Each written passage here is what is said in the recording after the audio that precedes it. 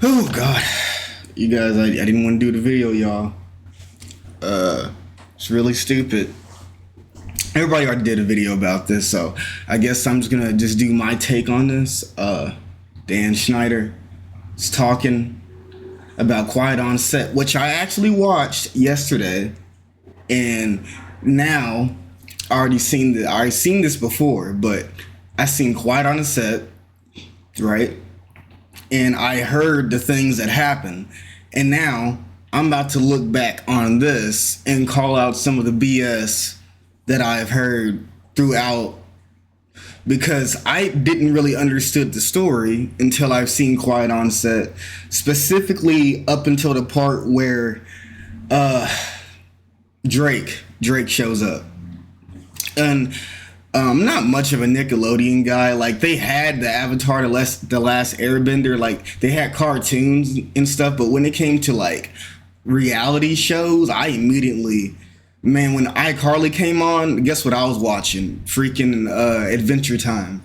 I did not like Zoe 101, like Ned Declassified or something. I know these shows, but there wasn't like, I kind of just had to watch them because my sister watched them, and I wasn't, I like SpongeBob.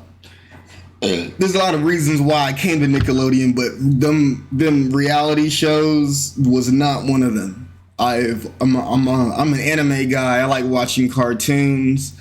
I like watching story arcs. Anime, all of that anime stuff. So, if you excuse me, oh my goodness, I need a drink. Whew, it's gonna be a long video. It's like 20 minutes. But, yeah. We're gonna talk about what he said in his interview about Quiet on Set, and I'm also gonna call out some of the BS that he was saying along the video, and I'm gonna stop and just explain everything. Sorry, my bad about the cutoff. A friend of mine sent me a message real quick, but yeah, we're about to start now. Hey, it's Boogie. I played T-Bo on Nickelodeon's iCarly. I got a chance to watch the Quiet on Set program, and I reached out to Dan to see if it was something that he'd be willing to discuss. I'm pleased to say that he said yes. Dan, how are you? I'm okay. I really appreciate you reaching out and giving me the opportunity to talk to you about what we saw over the last 2 nights. I'm really glad you're here because I believe this is important. For sure. We've got a lot of things to unpack. But before I dive into my list of topics that I'd like to discuss, is there anything you'd like to start off with? Absolutely. Watching over the past 2 nights was very difficult. Me facing my past behaviors, some of which are embarrassing and that I regret. And I definitely owe some people a pretty strong apology. Let's talk about the massages. Okay. Watching the content yesterday, it was disturbing. It was wrong. It was wrong that I ever put anybody in that position. It was the wrong thing to do. I'd never do it today. I'm embarrassed that I did it then. I apologize to anybody that I ever put in that situation. And even additionally, I apologize to the people who were walking around Video Village or wherever they happened, because there were lots of people there who witnessed it who also may have felt uncomfortable. So I owe them an apology as well. Yeah. It's so hard to believe anything that he's saying anymore. I mean, I could believe he could feel some regret now, but back then, obviously, he was just doing his thing. It's a lot of BS, but we're gonna keep going. Dan, talk to me about the writer's room. From what I saw, not cool. No, and I don't mean to cut you off, but if I can cut right to the chase, let me just say, no writer should ever feel uncomfortable in any writer's room, ever, period, the end, no excuses. And I saw that episode. So if you guys seen that episode where he was calling, like, verbally, like, abusing him, like saying that it was basically like he was very biased, like he was trying to like overwork a woman, and to the point where they can't do anything, then instantly like hire a man. It was a weird thing going on about that. But yeah, he It's so bad. Oh God, I gotta fix my headband. But it's so bad that like he did all that, and it wasn't even like once. He did it so many times. So I'm just gonna like say it like this, y'all. Throughout the whole entire video, he's like stepping on thin ice right now. Like he's barely even digging deep about the details of what the show is quite on set. So most thin ice. TV writers, comedy writers have been in writers' rooms, and they are aware that a lot of times there are inappropriate jokes made and inappropriate topics come up. But the fact that I participated in that, especially when I was leading the room, it embarrasses me. I shouldn't have done it. And I can tell you why it hurts really bad for me. I remember very clearly my early experiences, my first experiences in the entertainment business. I was green, I was scared, I was excited. It meant the world to me that I was getting those opportunities.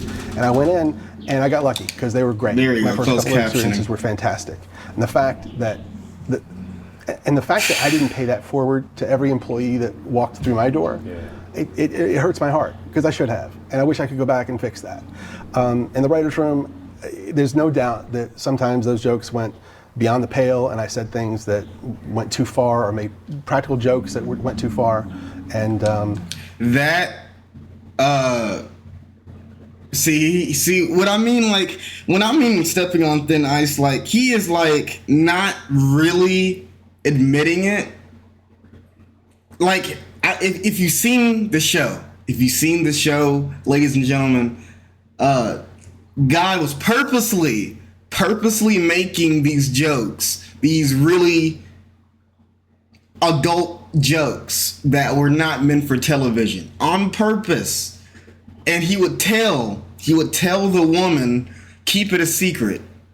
So I mean, if you guys know what I'm talking about, it is so bad. I recommend you guys see the show yourselves. Like, oh my God, it got really bad. That was wrong, and that was because I was an inexperienced producer. I was immature. Wouldn't happen today, but I'm just really sorry it happened. Yeah. Now we know you've had a lot of success over 2 decades. Thousands of people have worked with you, for you. Okay. Let's speak directly to the people who did not have a good experience with you. Okay, I would like to speak to those people because I hate that anybody worked for me. And that's a lot of people. I mean, that's a lot of people. If you've seen this show, it's a lot of people. Didn't have a good time. You know me. You've been on my sets.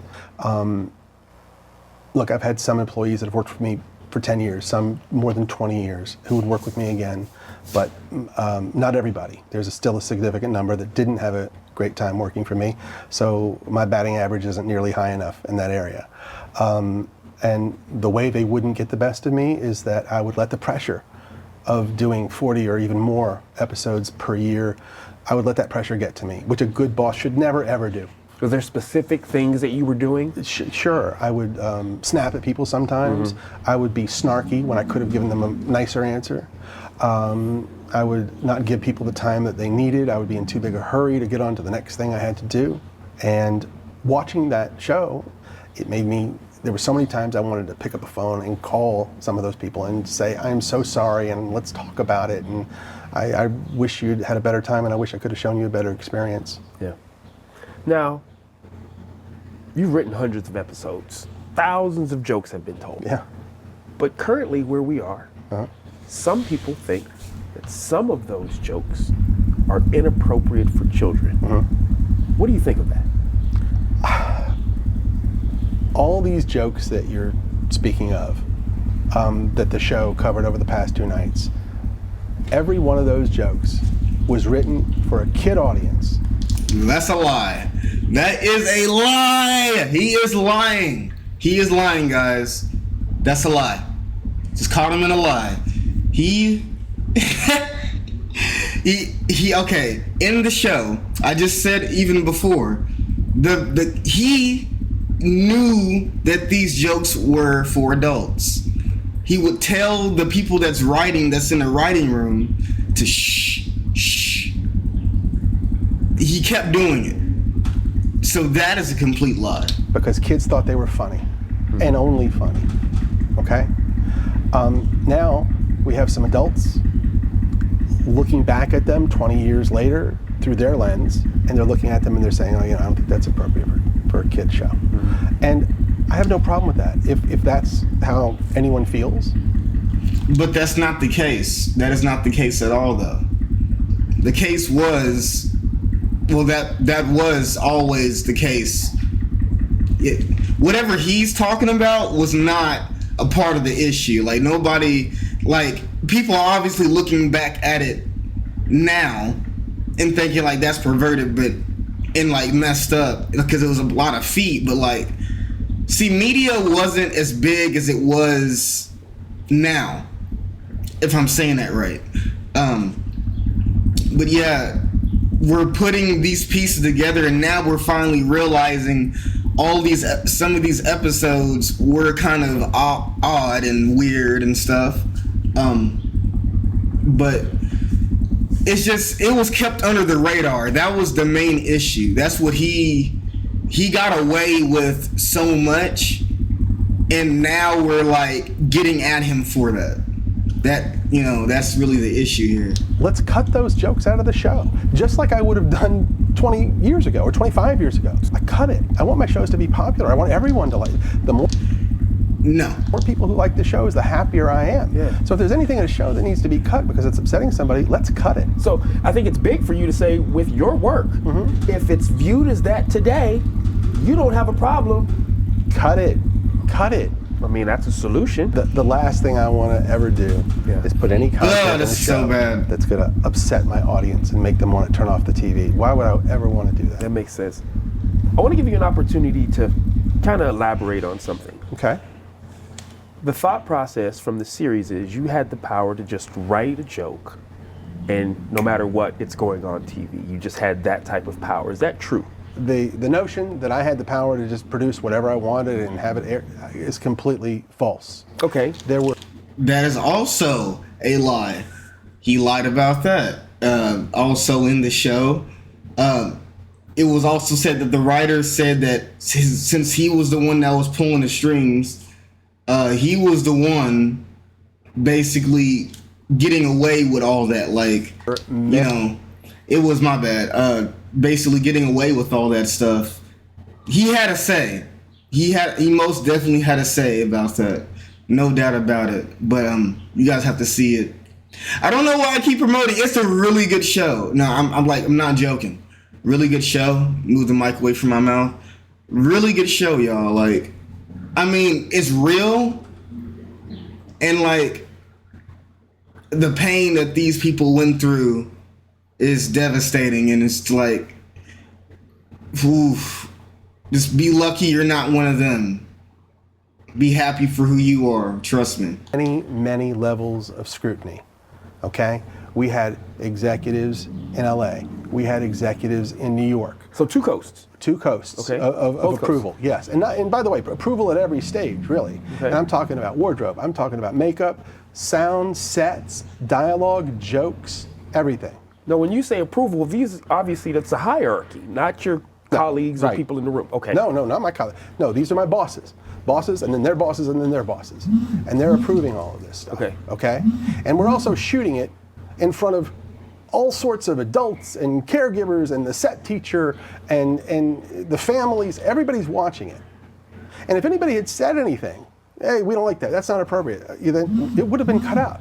Now, I'm gonna push back a little bit because the series painted you in this way that you were just the guy that was doing what he wanted, and people were afraid to confront you about things. So just humor me, say that was the case. What would have been the ultimate way to... Okay, if nobody on the set, if all of the dozens and dozens of adults that were on the set, if they didn't say anything, if my bosses said, you got to make a change here, you got to cut that, I had to do it. I had no choice.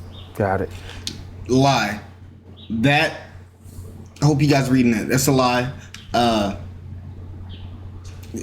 See, how it worked was when people would catch on to it, like the higher ups would catch on to it, he was like, isn't that supposed to be an adult joke? And he was more of like, no, it's not.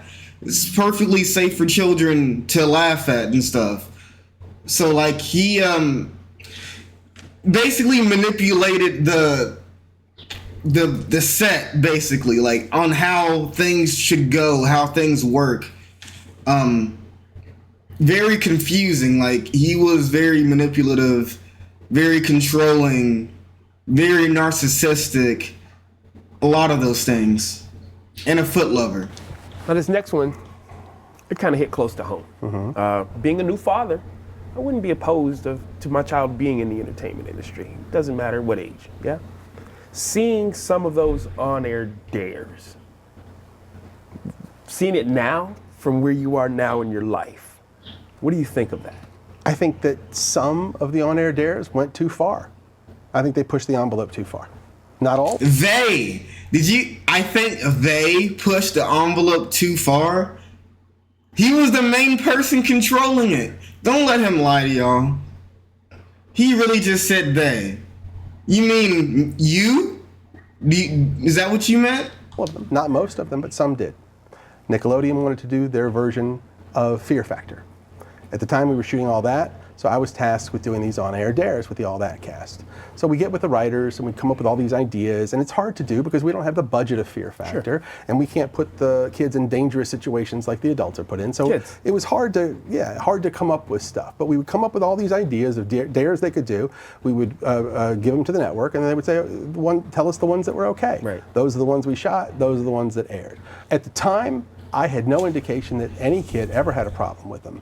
But when I was watching the show over the past 2 nights, I now know that there were kids who did have problems with the on-air dares. And it breaks my heart. And I'm so sorry. I am so sorry to any kid who ever had to do a dare or anything that they didn't want to do or weren't comfortable doing. We went out of our way to make sure they were safe and that everything was done properly. But if a kid was scared and didn't want to do it, kids shouldn't have had to do it. Yeah. Period, the end. Right. And if I had known at the time, I would have changed it on the spot. Now, we also saw the series highlight 2 former writers' viewers, 2 women, who spoke about a wage discrepancy. Now, I know that you don't divvy out salaries. Talk to me about that part. Well, you're correct. I have nothing to do with paying writers. I never have. I've never made a writer's deal. And of all the writers I've been in a writer's room with, I never even knew how much most of them were getting paid. Yeah, but we saw these 2 women who were writers for you sharing one salary. How does that happen? It's very simple. There's a common practice in television when hiring writers. If you have a spot for a new writer, sometimes you'll go to 2 writers and say, hey, if you 2 new writers for your first job are willing to share a salary, you can both have the job. They have the opportunity to say, yes, that sounds good, or no, no thank you. In this case, it was 2 women writers. I've done another show where that teaming was done with 2 male writers, and they split a salary. I did another show where it was a male and a female writer, and they split a salary. So, and these are all first-time writers. All first-time writers. He's lying. Like, there was something about him treating the women differently from the men, right? So, in the show, this woman said, this man is being paid full time, but the women are sharing salaries with each other. So how is a man that just got hired, right? That just got hired to be a writer, that's getting paid full time, full hours and all of that, but a woman that's been working there for more years than this new guy, it doesn't make any sense. It doesn't make any sense at all. Like, he's lying again. I've seen the show and I'm looking at this now and it is terrible. For their first gig. Got it. Now in the series, they also highlighted 2 black actors who said that they felt overlooked. Now I want to be clear. I'm never going to speak on anyone else's journey. Yeah, I can talk about my experience, how my experience was with you, what I saw prior to working with you, but again, I don't want to speak on anyone's journey.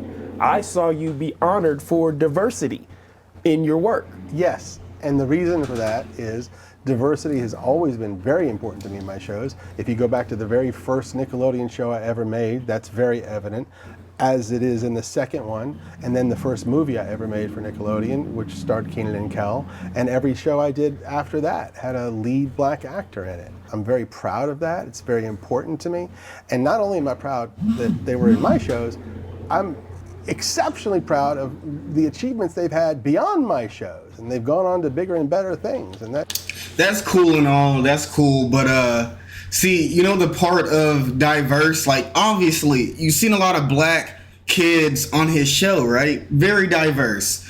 The problem about it is that it wasn't equal. There was no equality within each member of the show. The lighter skinned members of the show got treated differently than the darker skinned members of the show. And if you've seen it, you'll know what I'm talking about. But that's another thing. That's also another problem that was going on behind the scenes that he's not really touching on. Wish he can elaborate a little bit more on it. It gives me a great sense of pride. Well, something that really kind of bothered me was how they depicted your relationship with the cast. Yeah, it bothered me too. Yeah, just me being there, I knew the dynamic was trust. I understood that in situations where they may have had turmoil, whether it be with their families, whether it be other castmates, they came to you. Versus how they made you look. With that said, Amanda Bynes was brought up in the series and her emancipation and how you were involved in that. Can you talk to us about it a bit? Sure. Amanda was between the ages of 16 and 17, and she wanted to get emancipated from her parents, which was a fairly common thing with successful young actors, at least at the time. Sure. And she wanted that for herself. So she turned to her team, which included her lawyer, her agent, her manager, her publicist, me, because she included me as part of her team, thought of me that way. We supported her. She tried to get emancipated. It ended up not working out. She didn't. Well, since we're here, let's stay here for a moment. There was also an incident where she had ran away from home, if Yes. you would. Can you talk to us a little bit just to clear the air of exactly what happened in that situation? Yes. One night, it was very late, well after midnight, 1 or 2 in the morning. Phone rang. I answered. It was Amanda. She was upset. She was in distress. She had had some conflict with her parents, I think her father, and she called me. I was immediately concerned about her safety. I called someone who I knew was fairly nearby. That person was able to go and pick her up. Then I knew she was safe. I felt better. She ended up being taken to the police. Well, regardless of what some people may think, I think it's only positive that you are there for people when they need you. That said, let's talk about some of the things that have just been swirling forever. Okay. You were banned from your set. Never happened. That is a false rumor. What happened? Add it to the list of false rumors. Talk to me, what happened? They were adult actors. So I'm gonna let this video go because oh my god, I just want this video to be over with. He is lying so much. Oh my gosh. There's even like evidence of even people speaking about it that probably was around him that known about it. For him to, I don't know how a person can lie. What makes a person lie? But this guy has lied so many times. It is incredible. Now since I'm seeing Quiet on the Set now and seeing this, it's like he's just tiptoeing on ice right now. Not trying to fall. And they had their own specific reasons for not wanting to do the show anymore. I'm not judging that. It got tense, and what they don't know, maybe, is I did everything I could to make that show go away. My producer partner at the time, we would call and say, this is not a good situation. Okay. So I decided I'm gonna do what most showrunners do, which is, you're not on the set. There's a director there to shoot it. I'll go up to the writer's room, I'll work on the next script. But because everybody was so used to me caring about every detail of every show so much, for me not to be on the set, maybe some people thought I got banned. So it was more of an assumption because this guy's usually here and now he's not. I don't know if it was an assumption. I don't know if somebody thought they were making me look bad by saying I got banned from the set. I have no idea. Okay. All I know is I was never banned from the set. Yep. The darkest part of this series discuss child predators. Now, I want to make sure that we clear a couple of things up. Okay. Brian Peck was not hired by you. No, I did not hire Brian Peck. This was a Tolan Robbins production? Yeah. And when Drake and I talked and he told me what had happened, I was more devastated by that than anything that ever happened to me in my career thus far. And I told him, I'm here for you. What do you need? Which Drake mentioned in the show that we watched last night. And next, I heard that Stupid he phone. went to court when this guy was being tried, Peck. And when Drake walked in, he saw 50 people sitting on the side of the courtroom supporting Peck. A lot of them pretty famous. Of course, Drake was devastated that that happened. And even more disappointing, 41 of those people wrote letters for Peck, character letters, praising him for who he was and asking for leniency. Oh yeah, I just want to add, I just found out yesterday, Brian Peck is not related to Josh Peck, so they're not related.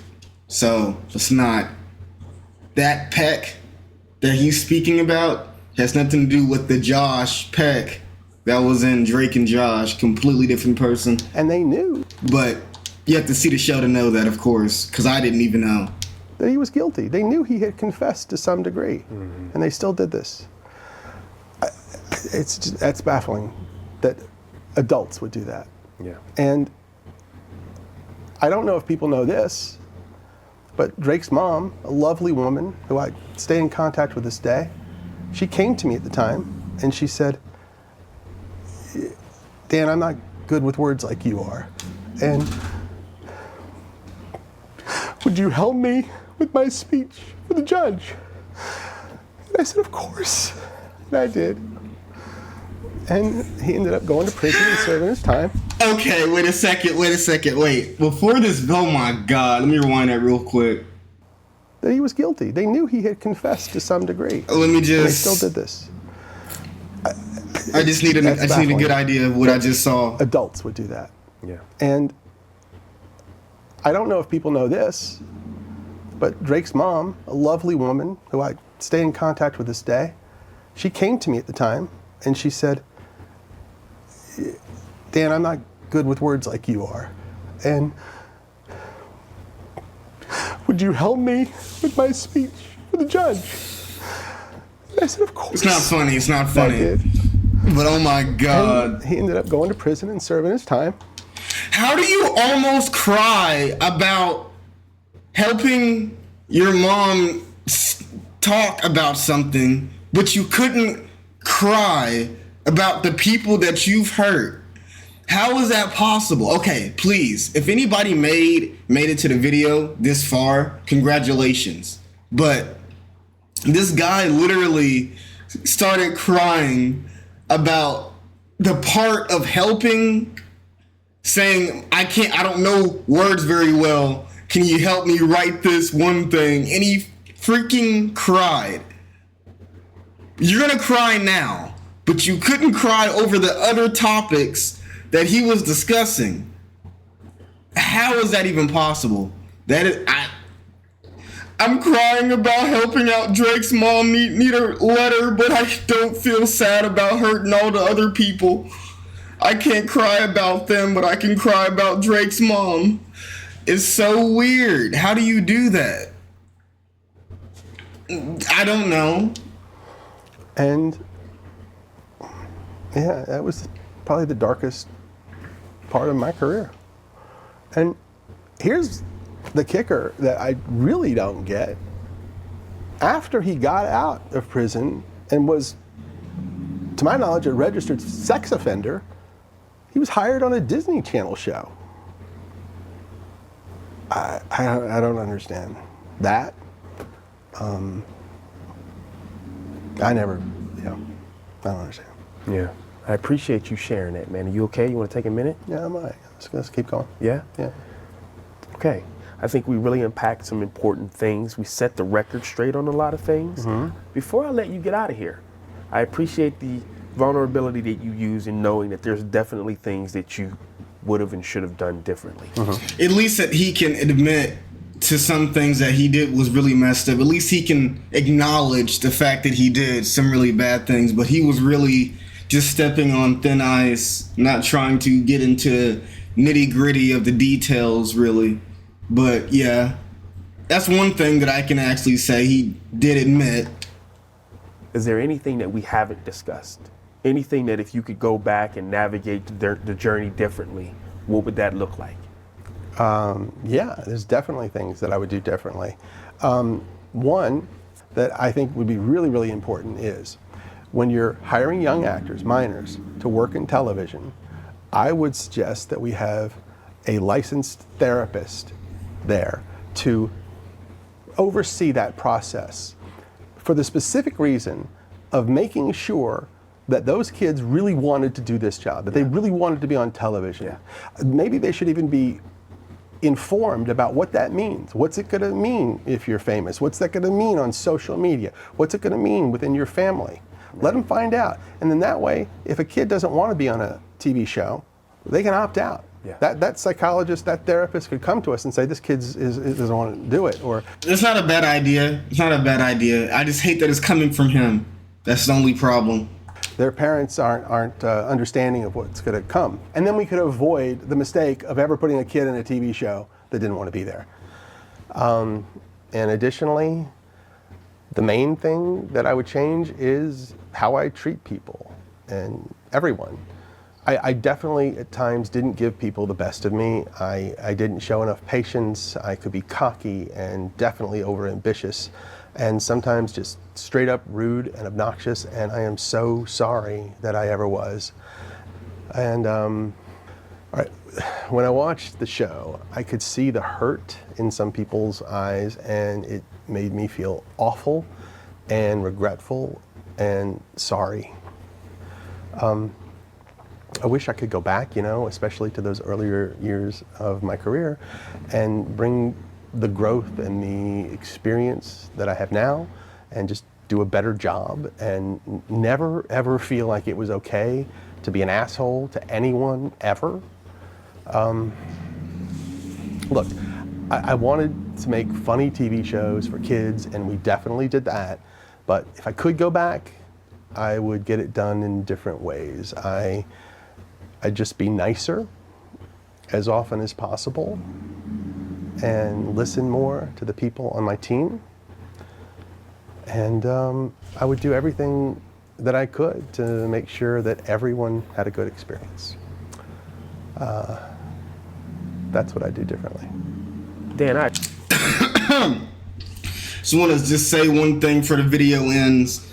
You can't take back the things he did in the past because it affects people that's living long term.